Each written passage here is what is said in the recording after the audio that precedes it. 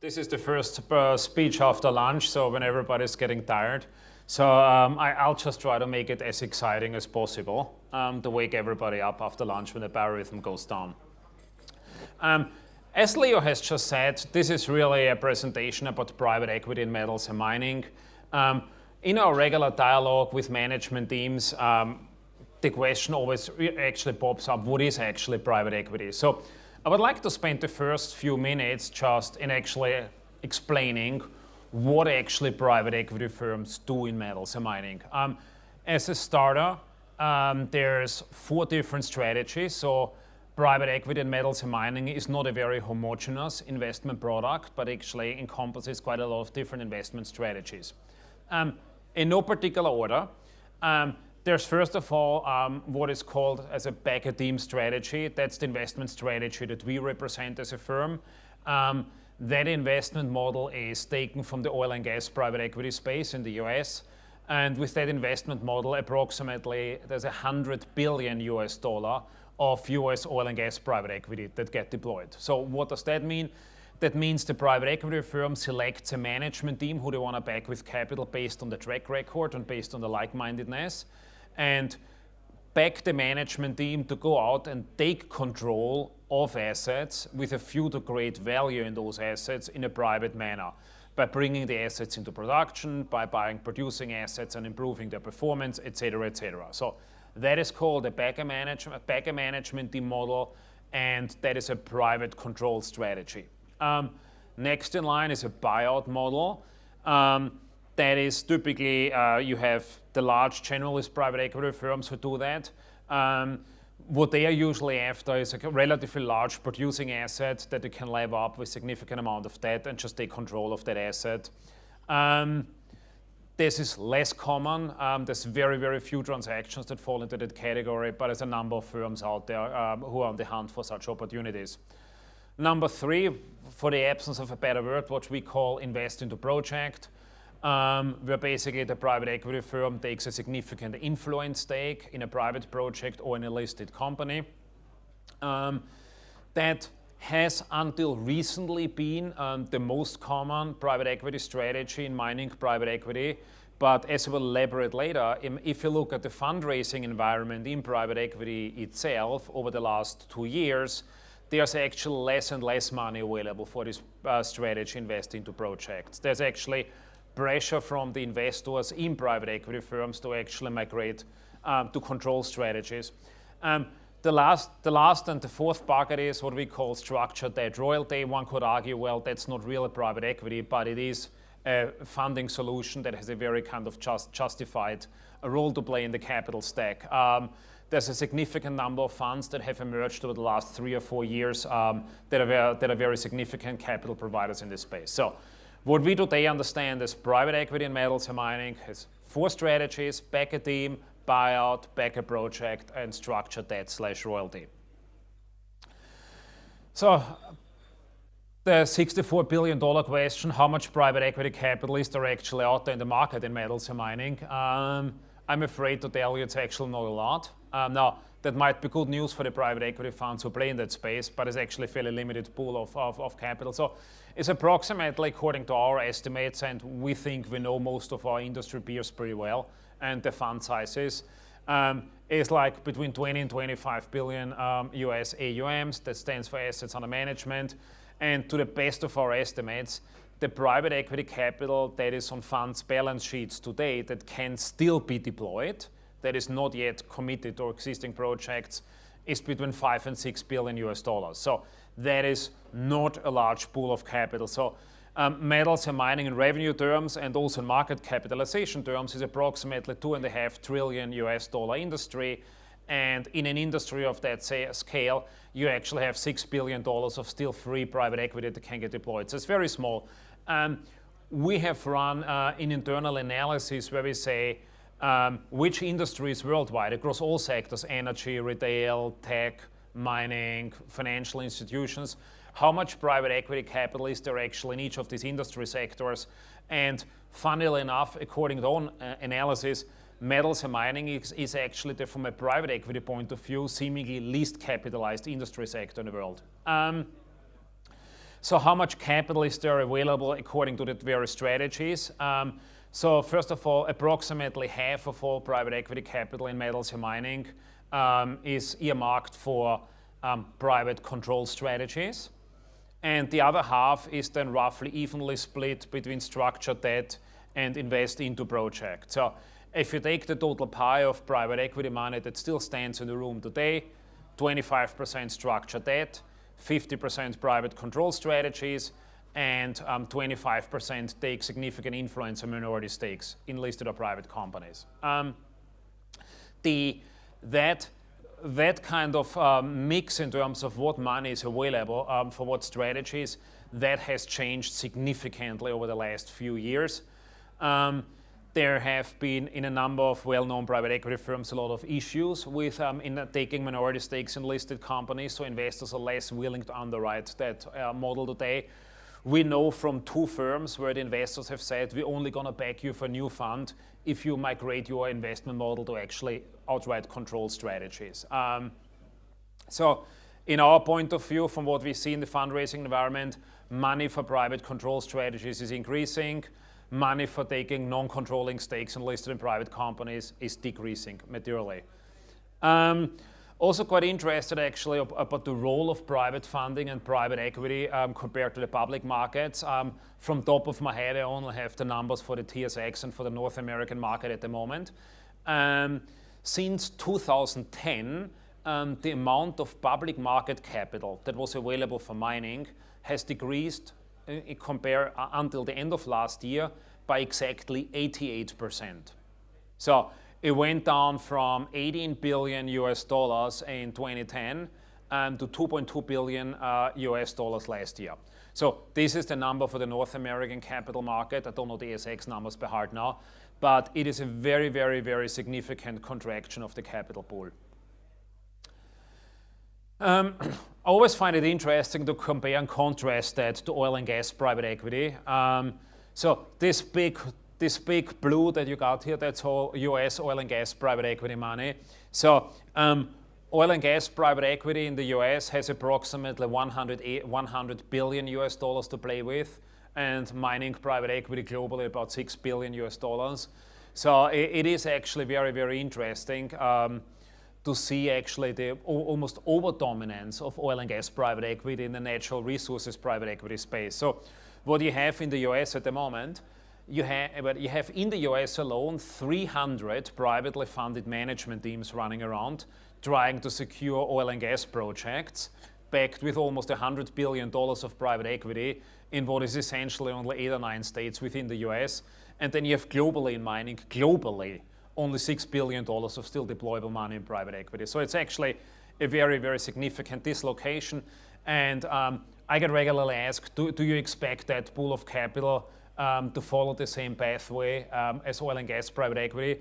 I usually say no, I don't, because the risk profile is much more diversified.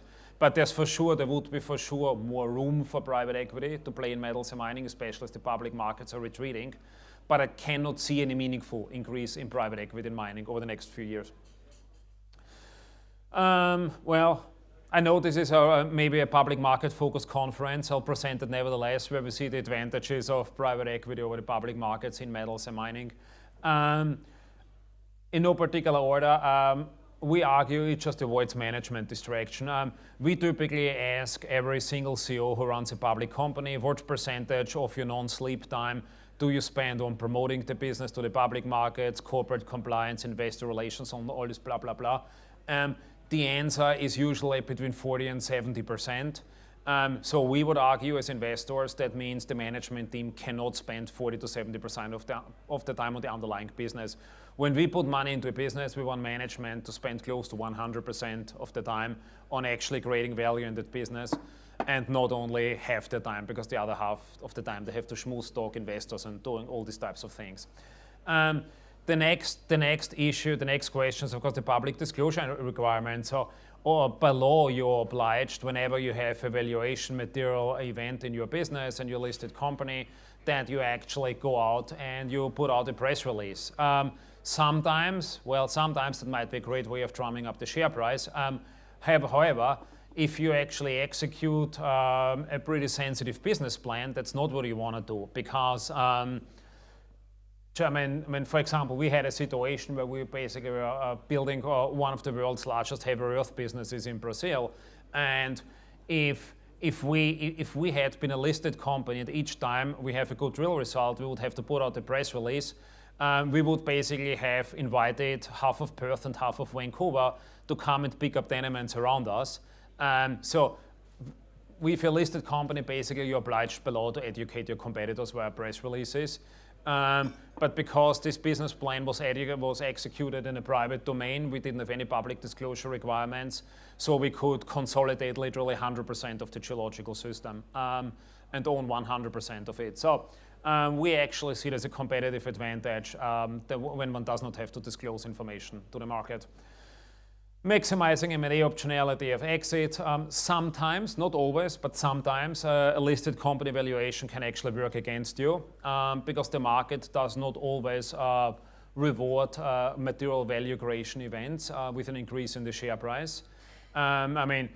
We were exposed to a situation, for example, where a business that we controlled, but there was a listed company that owned a minority stake that was successfully brought into production, and the share price just didn't re-rate. So you can have, every month there's something that the market really likes. Today's lithium and gold in Western Australia. But if you actually, most of the metals or minerals usually are not on the radar screen of the public markets. And what actually very often happens that you actually create a lot of fundamental value in the business not recognized by the market. So again, long story short, we see a lot of advantages of being private versus public. I guess that's why it's called private equity. So how is the sector capitalized? On the upper half of that slide, you see the ratio of development capital to bring the assets into production over the market capitalization of the companies that own the assets. So in the junior mining sector, on average, 8.2 times more capital is needed to develop the assets into production than the companies that own the assets are worth on the stock market, according to the stock market. So that tells you two interesting things. First of all, it means that hardly any one of these listed junior mining companies has any chance to realistically raise the money in any conventional way to bring the assets into production. And if they do, they would suffer excessive dilution. So that ratio has improved a little bit. It was 2 years ago, it was 13 times. Now it's 8.2 times, but it is still a very, very significant ratio. Basically, it says that almost anything, any project that is owned by a listed junior mining company will go unfunded into development. For the mid-cap miners, the ratio has improved. It was like 2.5 times about 2 years ago. But still, 1.5 times for mid-sized mining companies, also quite a raunchy ratio in order to kind of fund the project into development. The chart on the bottom, the pie chart on the bottom half shows what's happened to every single equity dollar that's been raised by the mining industry on the public markets since the beginning of 2017. What has happened with that money? Only 18% of that money was actually invested into project development. That's not a lot. When I started working in the mining industry, I thought that's what primarily mining companies raise the money for, to actually bring themselves into production. But that's actually not really what's happening. 27% of the money has been still used for balance sheet repair. Well, that's maybe not a big surprise after the downturn, that people try to pay down a lot of debt. 25% of the money has been used on M&A. Well, fair enough, if they're accretive transactions. The single largest chunk, 30%, has been raised for general corporate purposes. Board members, listing fees, lawyers, accountants. Now, I would argue that is not an accretive use of capital. But by and large, it raises the question whether the money that's being raised publicly is always put to best use, if you look at that pie chart. A few case studies. I've now bored you for the last 15 minutes conceptually with what private equity firms in mining do and how they think about the world. So maybe let's go through a few things that we've done in real life. So Octus Minerals is an Australian base metals platform that we fund. It's the former management team of Mount Isa Mines. So we've backed them privately 3.5 years ago to go out and buy a bunch of previously producing zinc mines with a few to bring them back into production. That's what we've done. So that management team with our capital, that's all private, unlisted of course. So that management team with our capital went out and bought some of Kagara's previously producing assets that were kind of held by the administrator, brought them back into production. We got 2 mines up and running now, and we are over the next 1.5 years going to open the 3rd one, and then we're going to look for exit. Another example, Pembroke Resources is our Australian metallurgical coal platform. Here we backed the previous management team of Gloucester Coal. That's the team that grew Gloucester Coal from a $60 million to $1.6 billion company when they then sold Gloucester Coal to Yancoal. We backed the team with the mandate to create a new mid-tier metallurgical coal company. We had quite some luck, I have to say, because us capitalizing that management team actually coincided with a 15-year low metallurgical coal price and with the bankruptcy of Peabody. So they actually ended up acquiring the Olive Downs complex from Peabody, which is 600 million tons of open pitable hard coking coal with existing rail and port allocation in the Bourne Basin in Queensland. It's probably the most meaningful asset in our portfolio. So we're working together with the management team fast and furious in bringing that actually into production. At its first stage of production, it's 4.5 million tons. At today's coal price, that would be a $360 million EBITDA business. Unfortunately, we are not in production yet, so I hope the coal price will stay pretty strong for the next 2 to 3 years. JDS Silvertip, that's a Canadian base metals team that we backed. The name of the guy who we backed here is Jeff Stibbard. His first project was actually Cardi, an asset that I'm actually pretty well familiar with from my previous days at BHP Billiton. He brought it into production on time and on budget.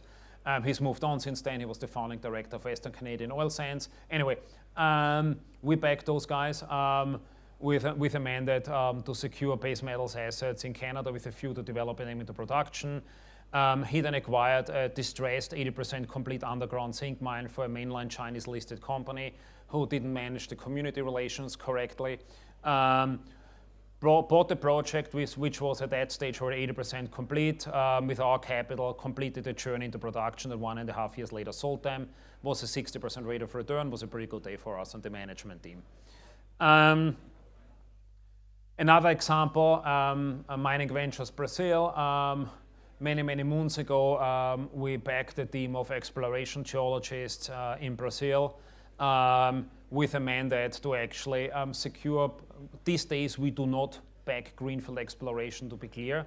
We only kind of back management teams to acquire development-ready or close to development-ready assets, sometimes producing assets.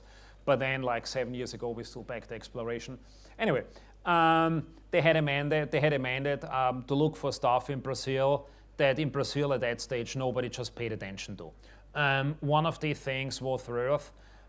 So over several years we made a discovery and consolidated a land position in a project which is today called Serra Verde, which is the largest or second largest, depending how you measure it, heavy earth deposit in the world.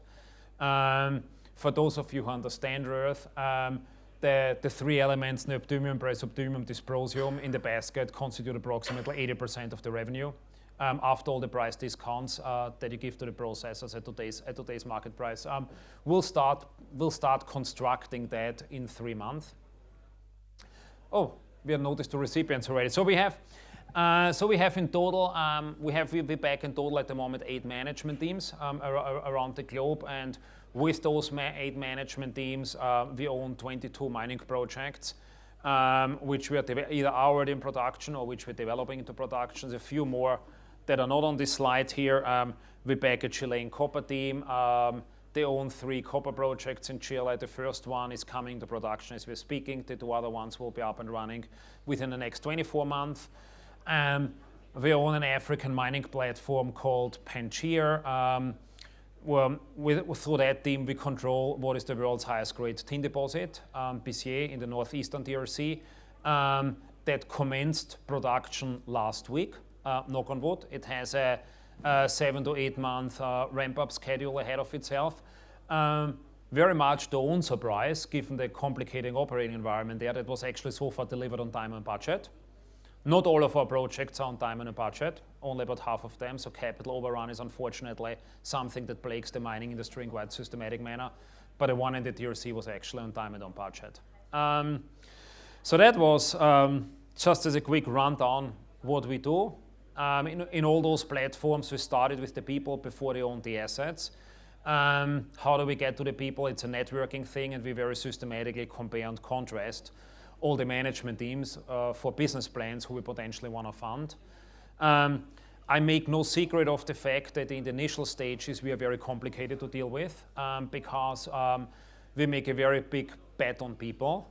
We fund management teams before they have the assets. Obviously we control how the money is getting spent, but between 50 and 300 million US dollars. So obviously we want to make sure that we get the judgment call, our judgment call on people, right? So we spend a lot of time with management teams before we back them. Obviously we want management teams to spend a lot of time with us as well, because those deals are like a marriage. Once you go out together and you secure a project, then yeah, the journey from getting in until you get out and to sell the project, this can be 4 to 5, 6 years. I wish sometimes it was faster, but it usually takes 4, 5, 6 years. So it's really important. It's really important that the working relationship with the management team actually really, really works. So that was private equity and mining, and that was us. So there's still 8 minutes left. I've run a little bit ahead of myself. Are there any questions? Do we have any questions from the audience? Stick your hand up if you have a question.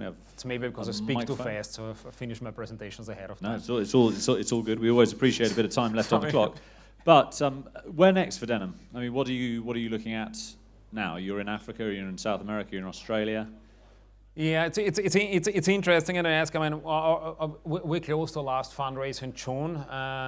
It was a 2-year fundraise, and because we started committing capital already, literally after the first closed, we're already 80% committed.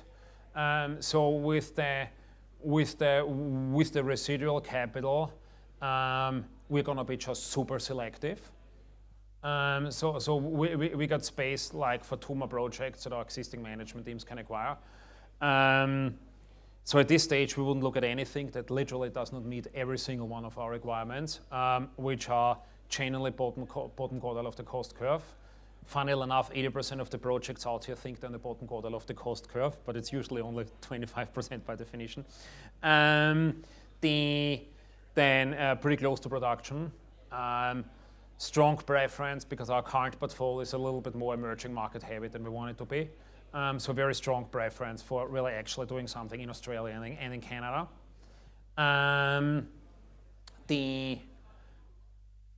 We are pretty agnostic. For us, it's more important that the management team has a track record of successfully delivering what we're looking after. Rather than telling you what metals we're after, I think I tell you what we're not after. That's maybe a good starting point.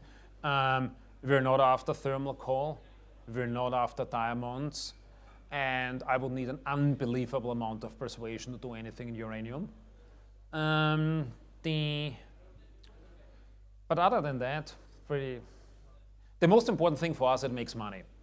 Given we talked earlier a little bit about the weakness of the capital markets in the ability of Canadian companies to raise money on the capital markets. Here in the ASX, a little bit better, but not much better. Does that create opportunities for private equity in Canada? Obviously it does. You must be looking for a lot of projects up there. Obviously it does. I mean, when the public markets contract by 88%, which is the number for the Canadian market, and then obviously there's a huge void that private capital can fill. But the interesting thing is that the private capital pool is just much, much smaller than the public market pool ever was.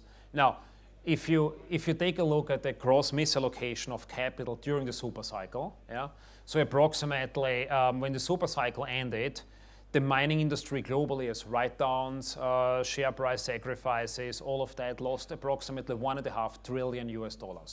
Yeah, that's the total number of capital that got wiped out. That's almost like mortgage-backed security crisis type of dimension. After that correction, it probably makes sense for the market that you have as a capital stepping into the void that much more rigorously interrogates management teams and investment propositions than the public market ever did. That's probably for the better of the industry, because at the moment there's, frankly speaking, still a huge lack of public market confidence in the industry, and rightly so, given the massive value destruction that actually happened. Given your success, your previous success with the Serra Verde project, you know, to the team in Brazil, we're still building it. Congratulate me when it's up and running roughly on time and budget. But is there a reason why you don't do any more greenfields exploration? It takes so long. Time is money in private equity. So when you raise a private equity fund, it's like you go for a really super expensive mortgage, right?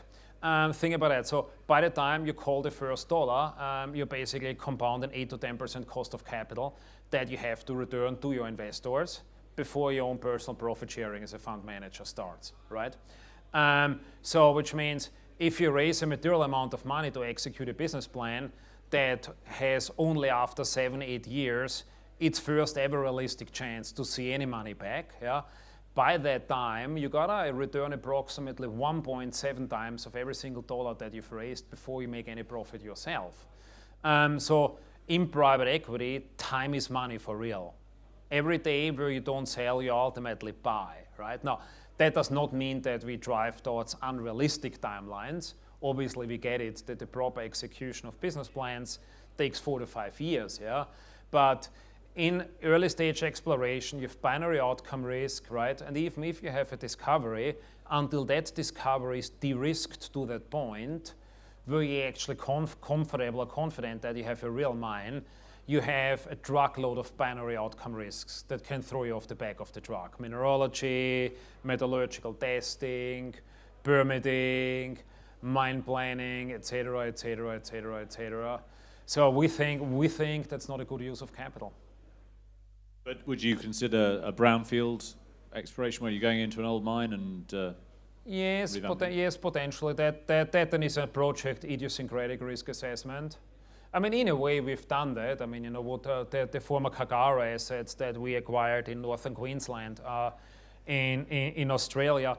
We brought 2 previously producing mines back into production, but we spent a lot of capital also on exploration on this huge land package. And we actually, for example, rediscovered and meanwhile drilled out in historic archives 2 mines that shut down when World War I broke out, when all the young men volunteered to fight and there was no workforce left and they shut down.